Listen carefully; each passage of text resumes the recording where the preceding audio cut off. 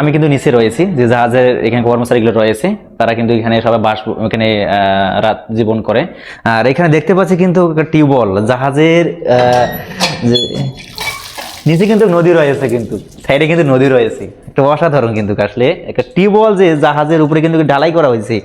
এটা কিন্তু ঢালাই এক ধরনের, কিন্তু এটা মানে আমাদের যেমন ছাদ ঢালাই দেয় তেমনই কিন্তু যে জাহাজের ভিতরে যে টিউবওয়েল রয়েছে আসলে অসাধারণ কিন্তু।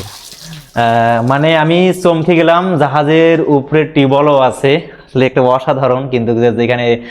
যেখানে কর্মচারীরা রয়েছে জাহাজে যারা পরিচালনা করে তারা কিন্তু এখানে থাকে, তারা কিন্তু একটা অসাধারণ কিন্তু আসলে মুগ্ধ হয়ে গেলাম যে এই জায়গাটা দেখে। আমি কখনো কিন্তু আসি নাই জাহাজে, আজকে প্রথম আসার পরে দেখতে পাচ্ছি জাহাজে কিন্তু টিউবওয়েল রয়েছে।